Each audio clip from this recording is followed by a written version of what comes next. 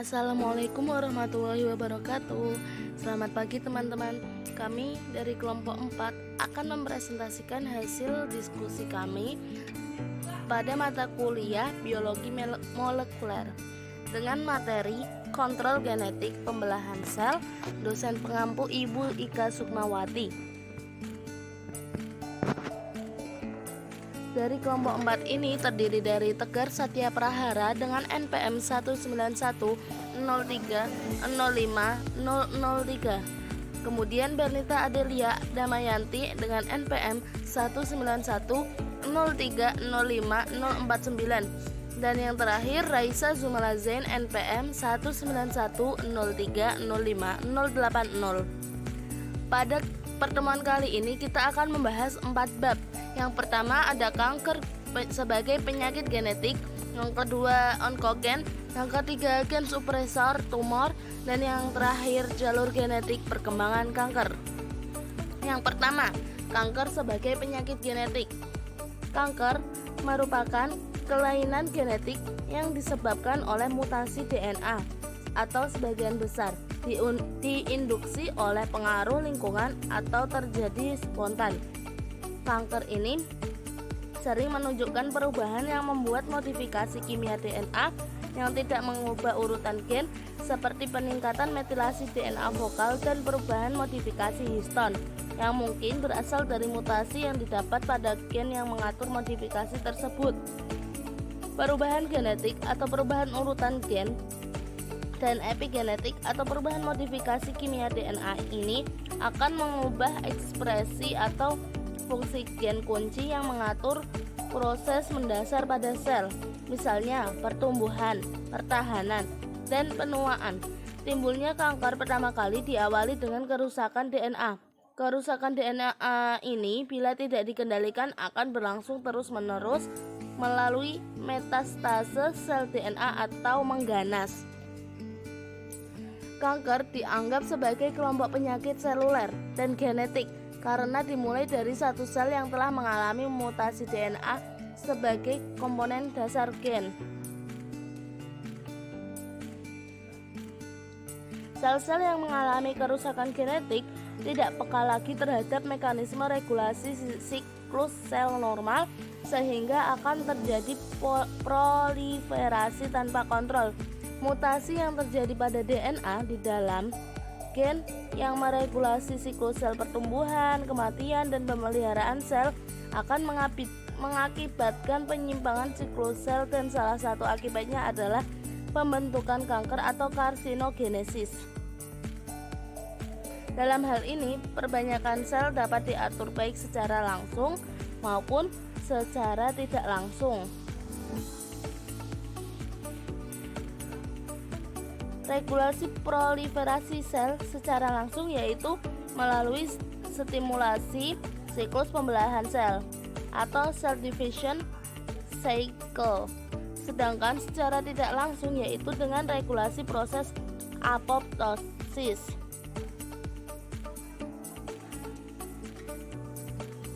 Kanker juga bisa disebut sebagai penyakit pertumbuhan sel karena di dalam organ tubuh timbul dan berkembang biak sel-sel baru yang tumbuh abnormal, cepat, dan tidak terkendali dengan bentuk, sifat, dan gerakan yang berbeda dari sel asalnya, serta merusak bentuk dan fungsi organ asalnya. Materi yang kedua yaitu onkogen.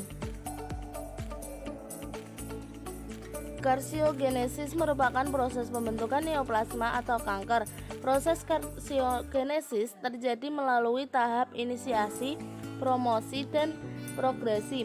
Perubahan keganasan melibatkan beberapa gen, yaitu onkogen, kanker supresor gene, gen yang berperan dalam perbaikan DNA atau DNA repair gen, dan gen pengatur apoptosis. Onkogen adalah gen yang berkaitan dengan terjadinya transformasi neoplastik. Onkogen ini berasal dari proto-onkogen yang mengalami mutasi. Proto-onkogen adalah gen yang mengatur proliferasi normal, Perubahan yang dialami proto-onkogen seluler pada aktivasi menjadi onkogen selalu bersifat mengaktifasi. Artinya, mereka menstimulasi suatu fungsi sel yang mengakibatkan pertumbuhan dan diferensiasi sel. Walau ada sel yang mengalami pembelahan diri secara tak terkendali, masih belum mengarah bentuk kanker karena sel-sel sekitarnya akan bereaksi dengan mengeluarkan growth inhibitor. Growth inhibitor ini akan mengikat ke reseptor sel yang kemudian mengirimkan sinyal ke inti sel, mengaktifkan gen penghambat pertumbuhan kanker atau kanker supresor gen.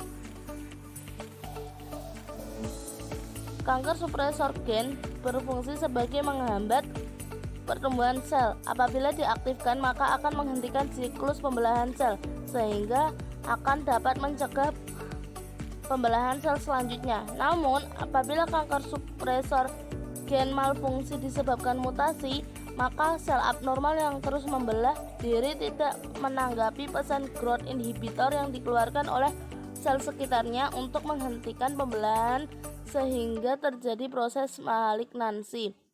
Contoh gen penekan kanker adalah gen RB, P3, P53, DCC atau deleted in cell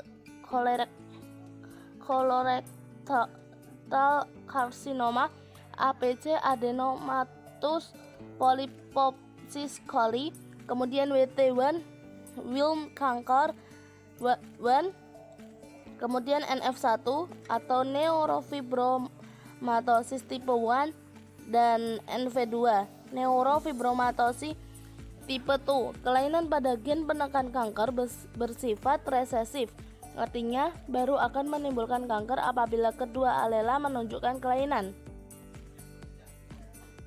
Kemudian, penumbukan sel pada neoplasma tidak hanya terjadi sebagai akibat aktivasi gen perangsang pertumbuhan atau tidak aktifnya kanker supresor gen, namun juga oleh karena mutasi gen pengatur apoptosis. Pertumbuhan sel ini diatur oleh gen perangsang dan gen penghambat pertumbuhan. Maka kehidupan sel ditentukan oleh gen perangsang dan penghambat apoptosis. Baik, yang selanjutnya adalah gen supresor tumor. Suatu massa tumor sejenis juga bisa memiliki berbagai macam mutasi gen yang berbeda. Pada umumnya, mutasi gen tersebut dapat terjadi pada gen yang memiliki peran dalam signaling terkait proliferasi, apoptosis, dan atau diferensiasi sel. Secara umum, kelompok gen yang terkait dengan karsiogenesis itu terbagi menjadi dua kelompok, yaitu onkogen dan juga gen supresor tumor. Gen supresor tumor atau TSG, tumor suppressor gen, merupakan gen yang dalam kondisi normal memiliki peran untuk menghambat perkembangan dari sel kanker. Onkogen ini diibaratkan sebagai gas karena memiliki peran untuk menginduksi laju proliferasi sel, sedangkan TSG diibaratkan berperan seperti rem karena memiliki peran untuk menghambat laju proliferasi sel. Kedua kelompok ini secara umum dapat ditemukan termutasi pada berbagai kasus kanker. TSG ini merupakan kelompok gen yang pada kondisi normal memiliki banyak peran dalam aktivasi jalur terkait dengan proses perbaikan DNA, inhibisi pembelahan sel, induksi apoptosis, dan juga supresi metastatis. Oleh karena itu, hilangnya fungsi TSG dapat berpengaruh pada meningkatnya onset dan progresivitas kanker. Nah, TSG dapat diklasifikasikan menjadi 5 jenis, yaitu yang pertama, gen yang mengkode protein intraseluler yang berperan dalam kontrol progresi pada state spesifik di situs sel, misalnya adalah PRP dan P16. Yang kedua, gen yang mengkode reseptor atau sinyal transducer untuk sekresi hormon atau sinyal yang menghambat proliferasi sel, misalnya transforming growth factor atau TGF-beta dan adenomatous polyposis coli atau APC. Yang ketiga, gen yang mengkode protein checkpoint yang berperan dalam menginduksi sel cycle arrest sebagai respon terhadap kerusakan DNA atau defek kromosom. Misalnya seperti breast cancer type 1 susceptibility protein atau BRCA1, P16 atau P14. Yang keempat, gen yang mengkode protein untuk induksi apoptosis misalnya P53. Yang kelima, gen yang mengkode protein terkait perbaikan kerusakan seperti DNA mismatch protein 2 atau MSH2. Kemudian, tumor suppressogen atau TSG ini mengarah pada kelompok gen yang di mana jika kehilangan fungsinya akan menginduksi terjadinya keganasan. TSG ini biasanya memiliki peran dalam menghambat pertumbuhan atau fungsi lain yang dapat mempengaruhi potensi invasif dan juga metastatis seperti adesi sel dan juga regulasi aktivitas protease. Dalam beberapa kasus kanker terdapat kemungkinan tidak ditemukannya mutasi pada TSG. Nah, di sini berdasarkan teori yang dikembangkan oleh Alfred pada tahun 1970 dapat diketahui bahwa mutasi gen TSG yang dapat memunculkan fenotip kanker hanya dapat terjadi apabila terdapat mutasi pada kedua alel kromosom pada gen TSG tersebut. Nah, secara umum sel normal memiliki dua buah alel atau lengan kromosom yang tersusun dari ribuan jenis gen dalam bentuk untaian DNA. Di sini apabila terjadi mutasi pada alel pertama, sangat kecil kemungkinannya untuk memunculkan fenotip kanker. Mutasi pertama ini umumnya bersifat herediter atau diturunkan pada parentalnya. Namun di sini pada perkembangan selanjutnya apabila terjadi mutasi kedua akan memungkinkan untuk muncul fenotip kanker. Nah, teori ini disebut dengan Nansen-Hit hypothesis. Selanjutnya, terdapat beberapa mekanisme inaktivasi TSG yang terkait dengan karsiogenesis, yaitu yang pertama ada mikrodelesi beberapa komponen DNA pada suatu gen yang umumnya tidak terdeteksi secara sitogenetik. Mikrodelesi ini dapat diidentifikasi dengan meletakkan suatu penanda polimorfik LOH di daerah lokus tumor suppressor. Yang kedua, mutasi germline, yaitu bentuk inaktivasi somatik dari suatu alel kromosom. Inaktivasi ini merupakan bentuk yang paling banyak ditemukan pada sel kanker. Yang ketiga, metilasi promotor pada untai DNA yang mengkode gen TSG. Metilasi DNA sendiri merupakan penambahan gugus metil pada atom C nomor 5 dari cincin pirimidin sitosin atau nitrogen nomor 6 dari cincin purin adenin. Adanya metilasi yang terjadi pada promotor dari suatu gen akan menyebabkan proses ekspresi gen menjadi terhambat.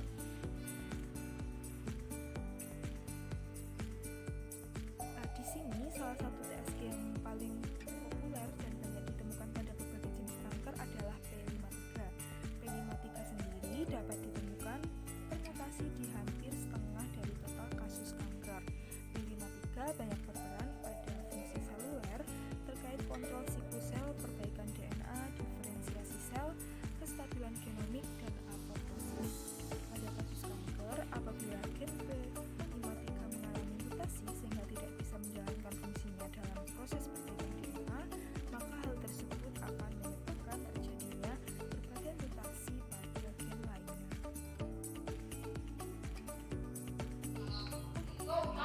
Yang selanjutnya adalah jalur genetik perkembangan kanker, teman-teman. Masuk ke mekanismenya, ada dua mekanisme yang menyebabkan kanker menjadi progresif, yaitu yang pertama, beberapa mutasi akan menyebabkan terjadinya proliferasi sel yang tidak normal, yang pada gilirannya akan menjadi target untuk terjadinya mutasi yang berikutnya. Yang kedua, beberapa mutasi akan mempengaruhi kestabilan genom secara keseluruhan baik pada tingkat DNA maupun pada tingkat kromosom yang meningkatkan laju terjadinya mutasi. Kemudian, ada dua jalur mutasi yang akan mengarah ke arah perbanyakan sel yang tidak normal. Yang pertama, ada hiperaktif gen-gen stimulator Mutasi ini biasanya terjadi pada salah satu dari dua kopi gen yang terdapat pada sel. Gen yang mengalami mutasi ini dikenal sebagai oncogen yang telah dijelaskan tadi. Yang kedua ada inaktivasi gen-gen inhibitor. Mutasi ini biasanya bersifat resesif, artinya kedua gen yang berpasangan tersebut dibuat tidak aktif atau mengalami delesi sehingga tidak ada lagi hambatan terhadap proliferasi sel. Nah, terkait jenis-jenis kanker banyak sekali teman-teman, tapi secara umum dibagi menjadi 4 golongan utama. Yang pertama ada sarkoma. Kanker ini tumbuh dari jaringan penyambung dan penyokong seperti tulang, tulang rawan, saraf, pembuluh darah, otot, dan lemak. Contohnya fibrosarkoma yang tumbuh di antara kulit dan tulang. Yang kedua ada karsinoma. Kanker yang paling umum menyerang manusia, tumbuh dari jaringan epitelial, jaringan bersel yang menutupi permukaan seperti kulit dan lapisan rongga dan organ tubuh, dan jaringan kelenjar seperti jaringan payudara dan prostat.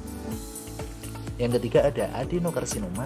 Kanker yang paling umum menyerang manusia juga, tumbuh dari jaringan epitelial juga, seperti kulit, payudara, dan prostat juga. Nah, karsinoma dengan struktur berlapis-lapis yang menyerupai kulit disebut sebagai karsinoma sel squamosa. Yang terakhir ada limfoma teman-teman. Kanker ini tumbuh dan berkembang pada jaringan limfa. Nah, mungkin sekian presentasi dari kelompok kami. Kurang lebihnya kami mohon maaf, dan semoga topik yang kita bahas pada kali ini membawa berkah dan kebermanfaatan bagi kita semua. Sekian, terima kasih. Wassalamualaikum warahmatullahi wabarakatuh.